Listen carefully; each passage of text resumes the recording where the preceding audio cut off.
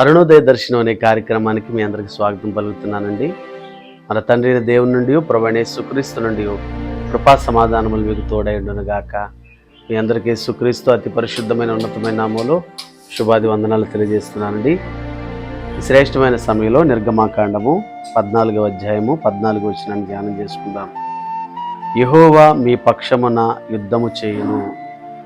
దేవుని వాక్యాన్ని వింటున్న దేవుని పిల్లలైన వారలారా,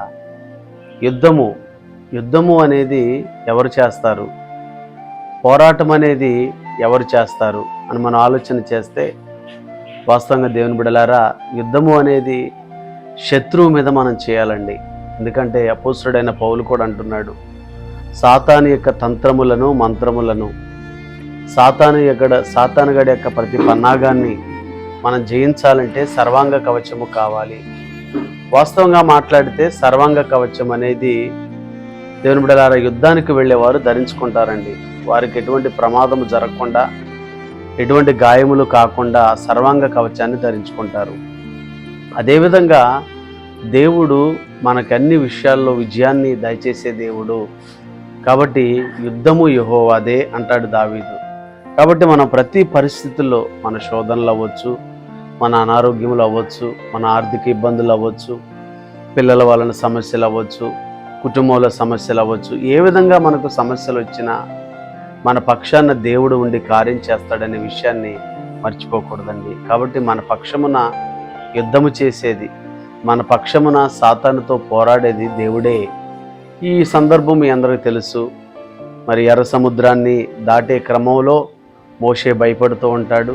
మోషే భయపడుతూ ఉన్నప్పుడు దేవుడు చెప్తాడు, నేను వారితో యుద్ధం చేస్తానయ్యా, మీరు సాగిపోవుడి అన్నప్పుడు నిజంగానే దేవుని బిడ్డలారా ఎర్ర సముద్రం పాయలైంది. ఎర్ర సముద్రంలో 6 లక్షల కాల్వలు నడిచారు.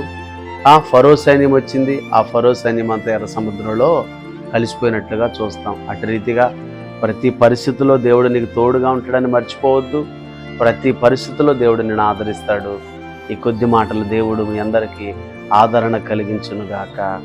ఆమేన్. ప్రార్థన చేస్తాను. పరిశుద్ధుడా, ప్రేమ కలిగిన మా తండ్రి, వందనాలయ్యా.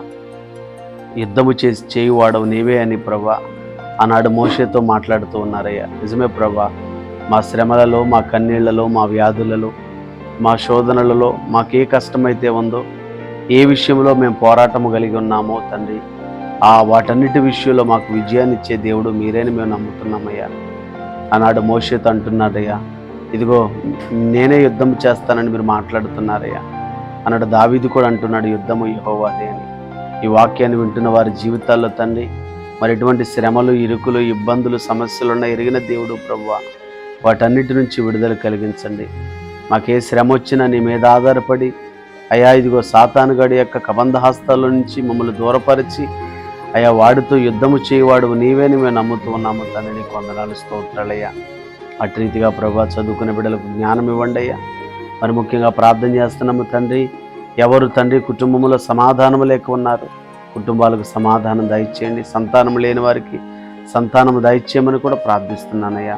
మా దేశాన్ని, మా రాష్ట్రాన్ని ప్రభా, నాయకులను, అధికారులను తండ్రి, మా ప్రధానమంత్రిని, ముఖ్యమంత్రిని ప్రభా, ప్రతి ఒక్కరిని, మా దేశ ప్రజలను ప్రభా, మా ప్రపంచ ప్రజలందరినీ జ్ఞాపకం చేసుకుని వారిని కూడా రక్షణతో, ఆశీర్వాదంతో, కృపతో నింపుమని యేసు నామమున ప్రార్థిస్తున్నాము తండ్రి. ఆమేన్. God bless you all.